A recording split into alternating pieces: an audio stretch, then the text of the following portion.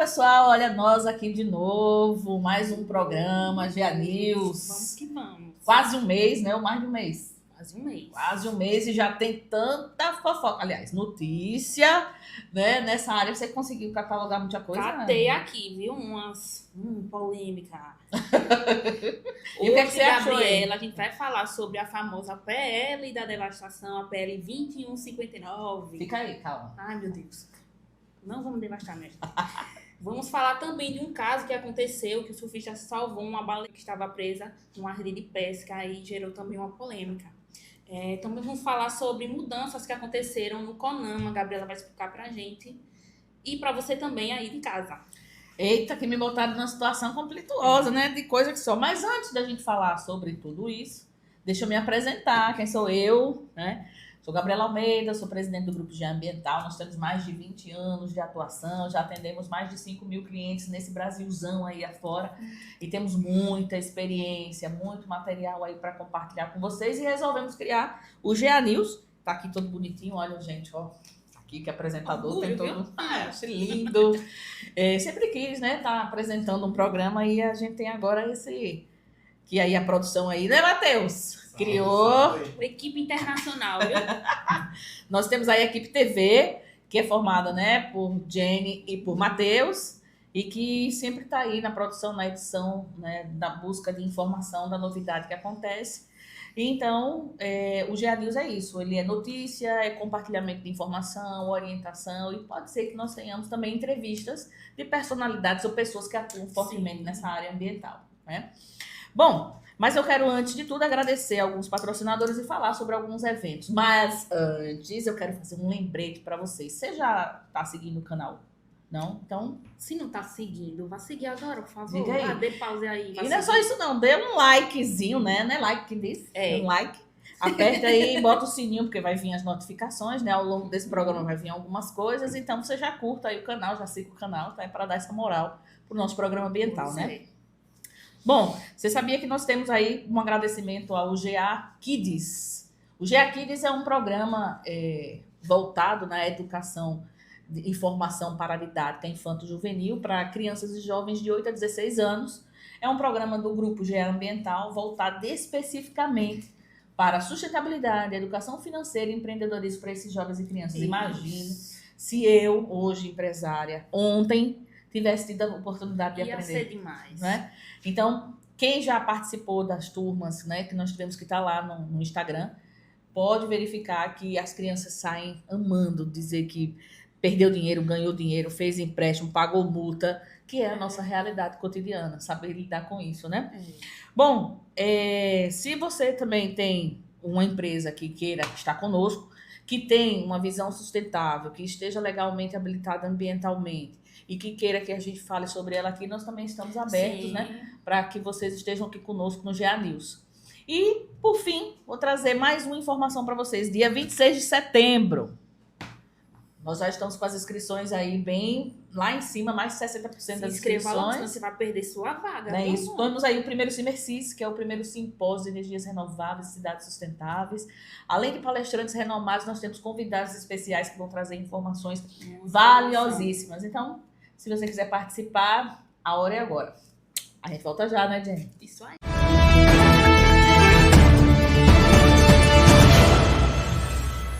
Essa é a minha câmera? Pode começar. Olá, voltamos. Nesse bloco nós vamos comentar com a especialista, a doutora Gabriela Almeida, sobre algumas notícias que estão aí na internet, certo? A primeira notícia, que é uma polêmica, né, que está sendo aí muito comentada, é a proposta da alteração do licenciamento ambiental, né, a chamada PL da devastação. E aí, Gabriela, o que é que vai acontecer? É verdade? O que é que vai alterar? Porque eu quero saber. É complexo, sabe, pessoal, falar sobre isso, porque uns chamam de devastação, outros dizem que é uma flexibilização e necessária, outros chamam de marco legal, né, do licenciamento ambiental. E eu vou muito na hipótese aí, no caso eu como especialista, que já estou na área há mais de 20 anos, eu vou mais na tese do marco legal, da necessidade de uma dessas alterações que estão sendo propostas, mas em alguns casos, eu acho que precisa de ponderação, precisa de uma análise mais criteriosa, dada a realidade do nosso país. O Brasil ainda é muito imaturo, a matéria, quer queira, quer não, ainda é embrionária. Então, nós não temos a maturidade suficiente, por exemplo, embora exista a originalidade dos municípios em licenciar, as pessoas que geralmente atuam nesses órgãos, ou que são colocadas nesses órgãos, às vezes elas não entendem tanto da matéria. As pessoas que vão compor os conselhos, eles também não estão tão atentos, não é escolhido assim, vamos ver quem é que é especialista nisso e colocar. Não, é colocado geralmente cargos políticos, baseado na coligação política, que é comum ao Brasil, porém isso pode trazer um problema de fato ao licenciamento ambiental. Então, você imagine hoje os municípios, por exemplo, hoje, com a lei como está hoje, eles confundem certidão de uso e ocupação do solo com licença ambiental. Tem municípios que exigem, dentro de um procedimento autodeclaratório, que a gente vai ter aí em breve a LAC, né? Na certidão de uso do solo, para você emitir um EIA-RIM, você tem noção da gravidade do que é a falta do entendimento disso para você agora deliberar sobre diversos tipos de atividade de licenciamento ou definir você mesmo a tipologia ou o que é impacto, sem ter esse conhecimento. Então, isso me preocupa. Isso pode vir a ser uma devastação. Isso que deixa complicada a situação. Porque está sendo discutido, vai estar para ser sancionado agora pelo presidente da República. A gente não sabe se vai ser sancionado agora, se vai ter veto, se vai ser do jeito que está. A gente não sabe. Isso aí a gente só vai saber quando ele se pronunciar. Mas hoje o que a gente tem é esse medo de você ter situações em que vou fazer o que se mais comenta, né? A LAC, que é um documento, né? Uma licença autodeclaratória, e que você vai lá, comunica, tal, informa, e aí você vai ter ou não, de forma facultada, a fiscalização, mas isso é outra situação, porque vai depender muito justamente de como vai ser criadas as legislações em cada município. Tem também a questão da dispensa de licença para atividades que são consideradas de médio potencial poluidor. Então, isso também está causando muita discussão, muito medo, muito receio entre os ambientalistas, entre os consultores, entre os órgãos. Tem também a redução da participação dos intervenientes, ICMBio, IFAM, que hoje, de certa forma, os processos demoram, porque passam tempos esperando a informação deles, e agora eles vão ser comunicados, em alguns casos, né? Vão ser comunicados, é claro, cada caso. Aqueles casos exemplificados na 0186, o CONAMA 0186, que traz os empreendimentos de alto potencial poluidor, esses casos continuarão sendo tratados dessa forma, pedindo estudos, né, tal. Agora vão ter casos mais conhecidos, casos menos poluentes, ou enfim, que eles vão ter agora uma flexibilização para uma simplificação do processo. Porque assim, Jenny, e vocês que nos ouvem, é fato que nós temos uma via sacra dentro do processo de licenciamento ambiental. Muitas vezes, o que acontece pela falta de uma regulação ou de uma regulamentação adequada, que talvez seja o que a proposta do marco queira trazer, da PL, é que você deixa à mercê da discricionariedade do eu acho, e não à luz de uma lei.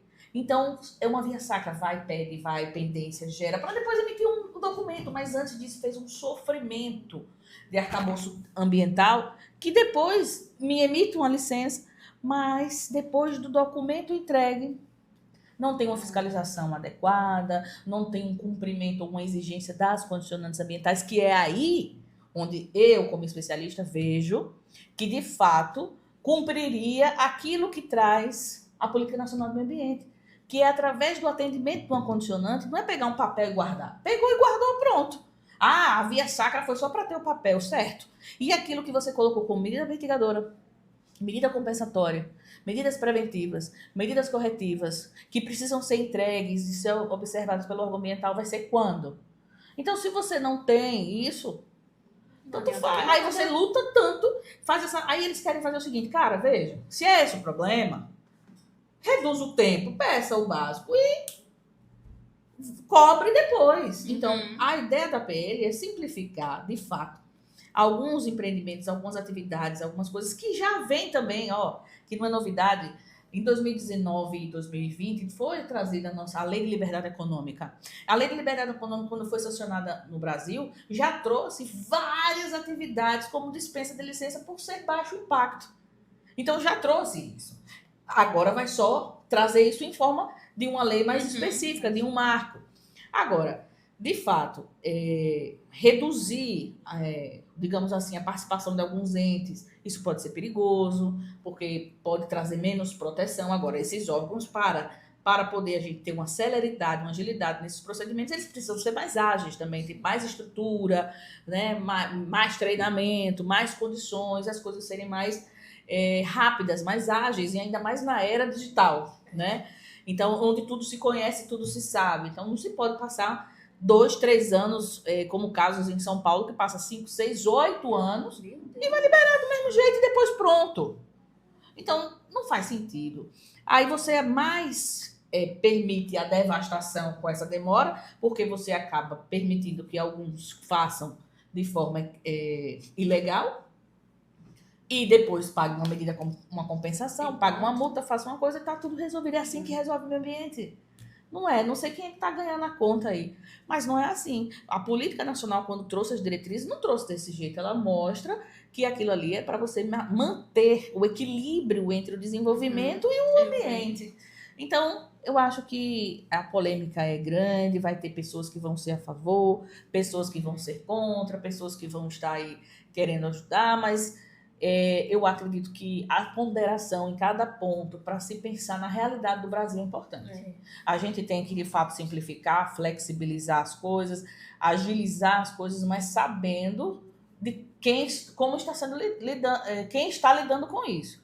Que a minha preocupação volta, e eu insisto sempre em dizer, quem vai definir isso? Como isso vai ser tratado pelas prefeituras que hoje não sabem nem emitir uma certidão de uso do solo? Para poder, faz parte de um processo. Então, se deixar a cargo dela e tirar a questão da discricionariedade, a questão da competência, a questão do que traz a Lei Complementar 140, o ente que é responsável pelo quê, e deixar isso. Tudo bem, descentralizar é importante, mas sem uma rédeazinha, uma delimitação, eu acho que isso pode ser perigoso. É importante flexibilizar, é importante simplificar, mas tem que saber aonde vai ser aplicado isso para a gente não ter realmente um problema, que agora eles não vão mais criar o atraso, vou atrasar, mas vão criar outros subterfúgios para, mesmo que facilite, criar outros problemas. Então a gente tem que saber dosar aí, analisar muito bem, para não ter guerra fiscal.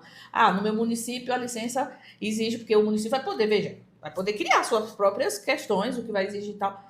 Aí esse dificulta, aí o outro não, então eu vou pro outro. Então eu vou ficar fazendo isso, entre várias outras coisas. Eu estou trazendo os pontos que eu ouvi mais críticos. São várias questões discutidas, várias.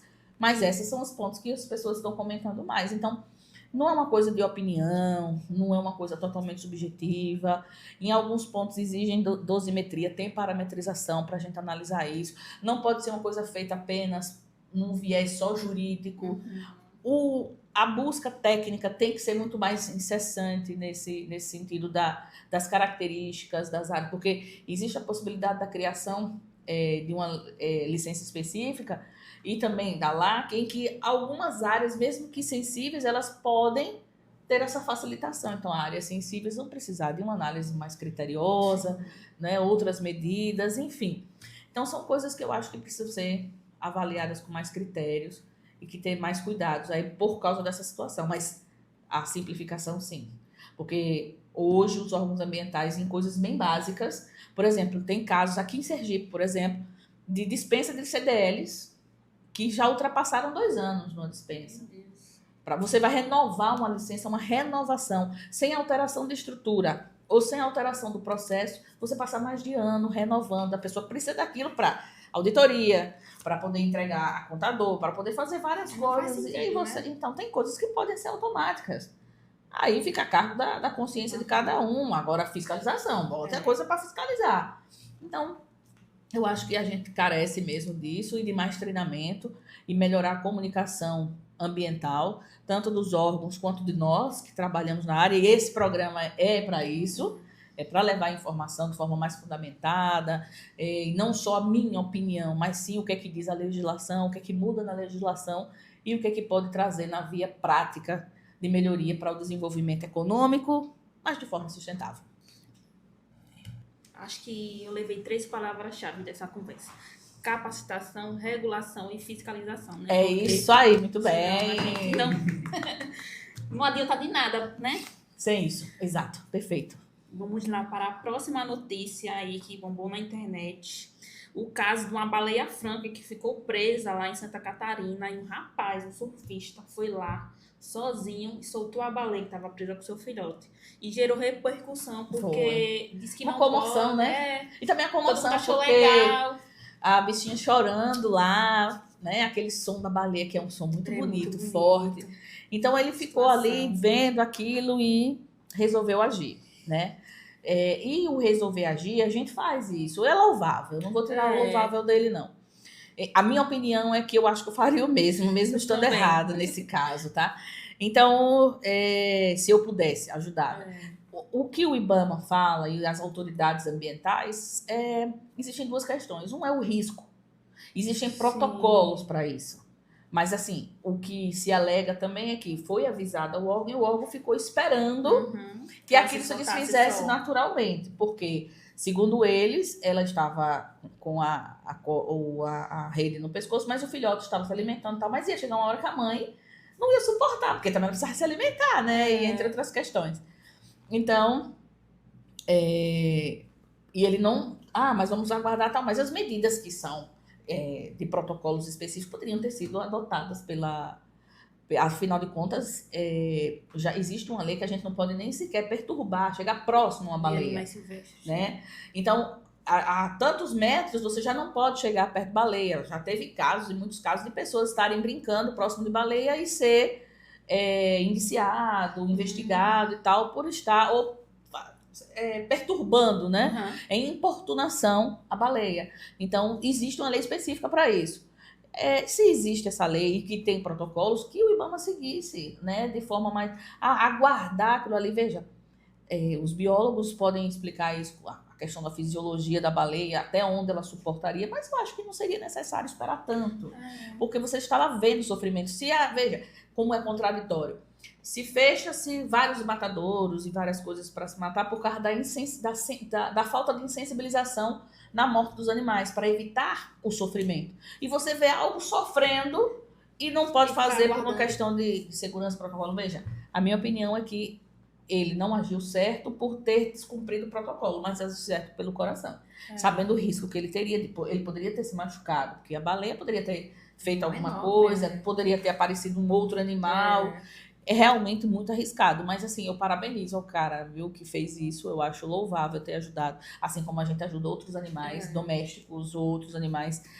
Veja, uma coisa é você interferir na vida, você tá ali, tá uma onça como um bicho, uma coisa, isso é da natureza, você não tem como interferir nisso, porque isso é do ciclo, mas a pesca é uma introdução antrópica do homem. Sim. Que também é importante, porque a gente se alimenta de peixe. Mas ela não tem que estar ali. Então, aquilo não é do ciclo ecológico, nem predador, nem caçador, natural do mundo dos animais. Então, precisava, sim, ser feito alguma coisa. Mas vocês têm que saber o que é, não só o que eu penso, mas o que é o certo. E o certo são seguir seguranças e protocolos. E tem uma lei que fala da importunação e da aproximação desses animais, que você precisa ter autorização para isso, enfim. Então, mas a baleia tá solta. Graças a Deus. Foi embora lá com o seu filhote. O surfista tá bem. Tá todo mundo vai bem. responder, ou deve estar respondendo, já tem um tempo, isso foi em julho, né? Depois disso, ele parou de ser notícia, porque veio as questões políticas do Brasil. E do Brasil agora não mais, né? Brasil e internacional, né?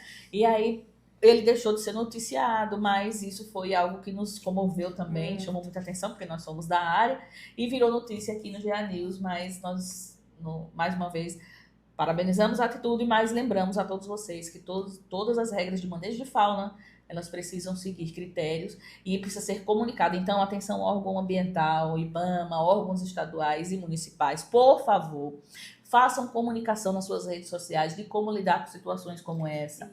Façam comunicações maçantes, usem não só as redes sociais, façam palestras na comunidade, façam palestras nas associações vinculadas, não só para os marinhos, mas para os silvestres, saber lidar com as onças que estão voltando para a sua cidade por causa do desequilíbrio, a falta de alimentação, como lidar com esse tipo de animal, como lidar em situações de perigo. Jacarés, tem muito em muitos lagos. Eu moro em um que de vez em quando aparece, tem 2, 3 jacarés. E crianças que brincam ali, como lidar com isso. Então, essa comunicação precisa saber vir de quem entende. Isso, né? passar informação. De quem sabe fazer, porque depois a pessoa vai lá para se proteger, mata e vai preso. Pela falta de informação, pela falta de situação. Então, é importante que você, órgão, você que lida com a matéria, assim como nós também podemos convidar, né, profissionais para vir aqui para falar sobre esse tema para vocês e trazer para que vocês saibam como lidar com isso numa situação dessas. Aracaju mesmo tá cheio de capivara por aí. Tá. E elas às vezes atacam, viu? A próxima notícia é as mudanças que ocorreram no CONAMA, né? Teve alterações em algumas regras, né? Agora é obrigatório pedir autorização do órgão, né? Em algumas situações. Você pode explicar pra gente? Posso. Nós tínhamos um CONAMA 428/2010, que falava sobre a questão da comunicação e interação entre órgão licenciador e interveniente, nesse caso o ICMBio, quando o empreendimento estivesse ou passando pela unidade de conservação, que são as áreas protegidas, ou pela zona de amortecimento, que são as áreas ao redor dessas unidades. Aqui nós temos a Reserva Santa Isabel, a unidade de conservação, temos o MONA, lá em Canindé de São Francisco, que pega aquela região da Bahia também e tal, e são unidades de conservação, só para vocês entenderem um pouco. E aí, o CONAMA 428 de 2010, ele dizia que você, em determinadas atividades que fossem passar por ali ou intervir naquela área, que não precisasse de EIA-RIMA, que é um estudo de impacto ambiental mais elaborado, que demonstra mais os impactos e as medidas que vão ser tomadas, você precisava, o órgão ambiental apenas comunicaria. Ó, vai passar aqui, a gente vai fazer um empreendimento aqui, e às vezes nem se comunicavam. E aí o CONAMA, que veio agora, o 508 de 2025, disse, olha, agora não, cara, você vai bater lá, o órgão ambiental vai bater lá, vai no sistema e vai dizer, olha, vou intervir nessa área, que é a unidade de conservação, está aqui os estudos referenciados, está aqui tudinho, e o órgão que vai receber, que é o ICMBio, tem um prazo de 15 dias, foi definido um prazo, né, administrativo, que só sob muita justificativa que ele pode ser vencido. E aí, em 15 dias, o órgão dizer se anui ou não, se libera ou não, se aceita ou não, se vai solicitar mais coisas ou não, para aquele estudo mesmo que não tenha EIA-RIMA. Então, a mudança é essa. Então, para quem está pensando, quem for intervir em áreas que estejam próximas a áreas de unidade de conservação ou dentro da unidade de conservação, já sabe que vai caber, né, vai competir ao órgão ambiental do seu estado, do seu município, que for vinculado ao CISNAMA, requerer agora a autorização obrigatória ao ICMBio ou o órgão gestor daquela entidade, que geralmente é o ICMBio, mas tem outras derivações, tá? Então, é ficar atento a isso aí para que a gente não tenha problemas lá na frente. E o órgão ambiental está, um ponto importante, treinado para isso, porque já houve muitos casos, agora eu vou falar da minha experiência, de a gente precisar que o órgão ambiental comunique ao ICMBio e ele não fez. E o empreendedor ser prejudicado pela falta daquela anuência, que não cabe a ele pedir diretamente. E isso é uma atividade. Também em outro CONAMA, que diz que cabe ao órgão ambiental fazer esse requerimento e trazer essa anuência para dentro do processo, para dentro do procedimento. Então, que sejam treinados a lidar com isso, a saber o momento de exigir, de pedir, de anexar e de juntar isso aos autos para não prejudicar o desenvolvimento nem o meio ambiente. Bom, esse foi o nosso bloco de notícias. Se você quer que a gente comente alguma notícia também, manda pra gente, viu? Que a gente quer saber falar tudo aí. Voltamos já já. Até mais.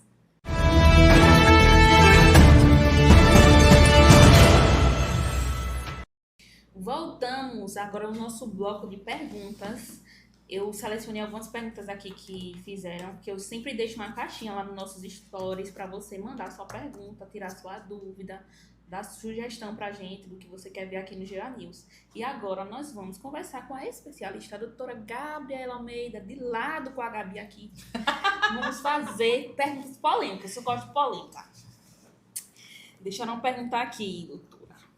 A PL 2159, novamente, essa questão de 2021, acaba com o licenciamento ambiental?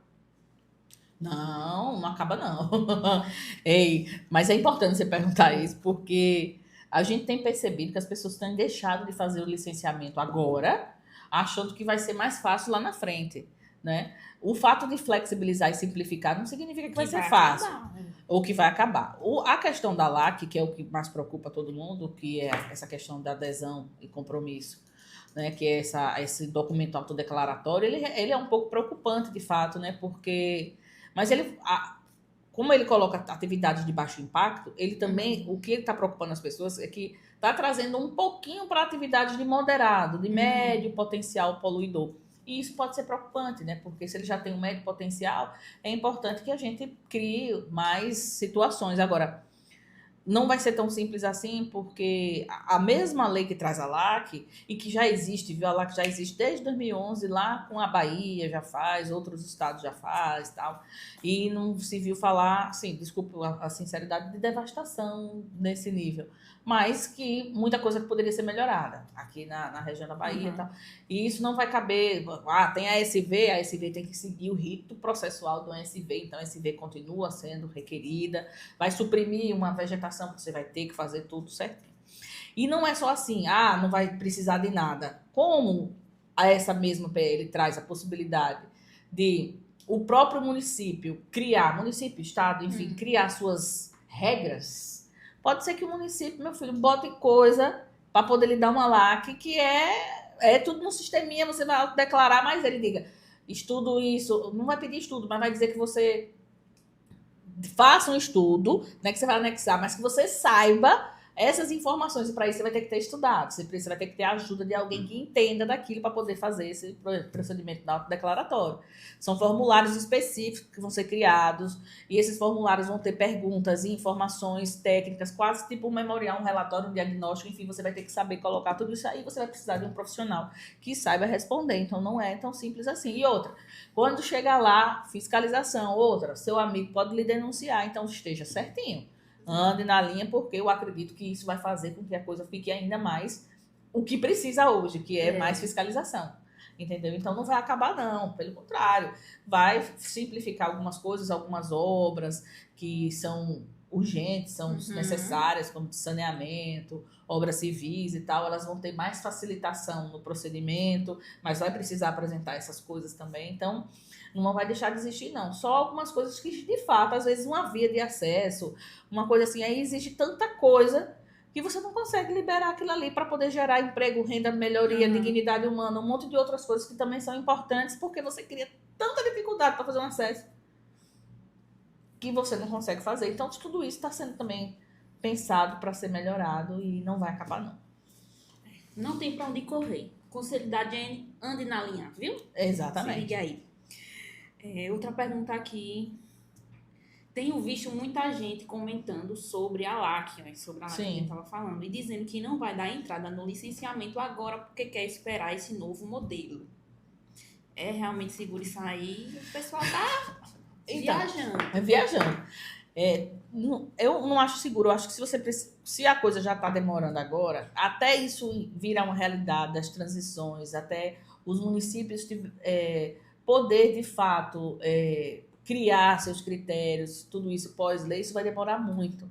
E aí você pode ser que tenha uma exigência ainda maior, mesmo que simplificada. Que é como a licença simplificada. Hoje nós temos a licença simplificada, mas a licença simplificada é a junção das 3 licenças numa só, e se pede tudo que se pede numa só. Só que numa etapa única.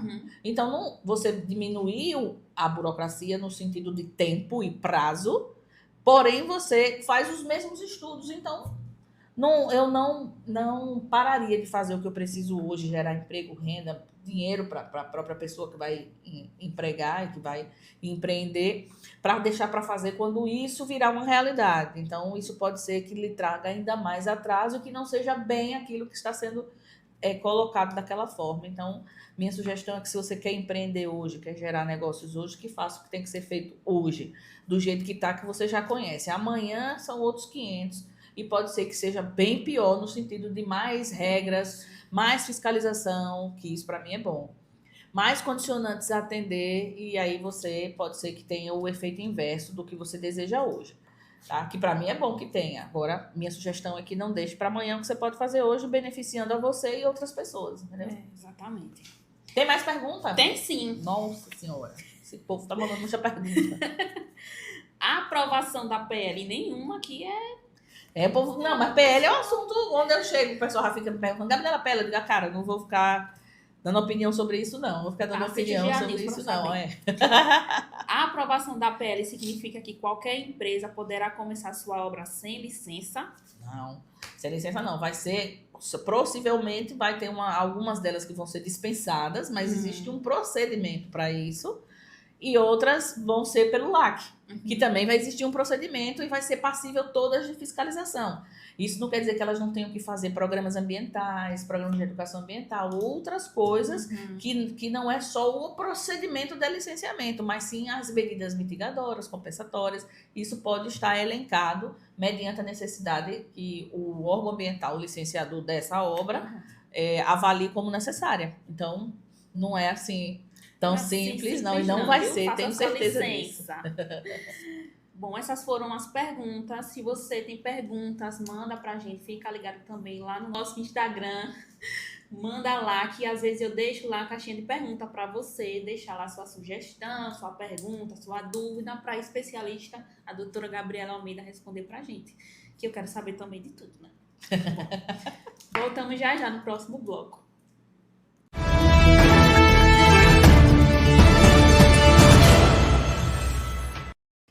Bom, gente, voltamos para o nosso último momento, a última parte do programa.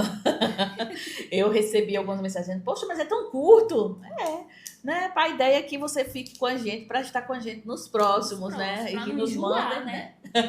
E nos mandem sugestões do que vocês querem que a gente discuta aqui na pauta ambiental, na pauta do desenvolvimento, que a gente vai estar aqui sempre atento. Jane vai passar o mês inteiro agora olhando né, quando é que vai ser o próximo, que agora vai ser em setembro, né? E nós vamos estar juntos em setembro para poder falar mais sobre tudo que aconteceu agora no mês de agosto todinho. Nós vamos catalogando, recebendo sua mensagem, sua opinião, sua informação para poder trazer aqui e discutir para você, né? Então, agradecer a você que está aí. Lembrar você que tem que nos seguir, tem que compartilhar nosso material, seguir o nosso Instagram, não é? Isso, @GA_News. Não esqueça, presta atenção, foca aqui. Produção, bota o zoom. @GA_News. Vá lá, que eu vou colocar uma caixinha de perguntas para você mandar sua dúvida, sua pergunta, pra gente conversar. Eu acho bom, viu? Atender o que a gente tá dizendo aí. Senão em você, viu? Fica difícil para depois. Ó, pessoal, um grande abraço. Um abraço, um beijo, né? E aí, eu conto com a presença de vocês no nosso próximo programa. Se inscreva. Um beijo da Jenny. Tchau.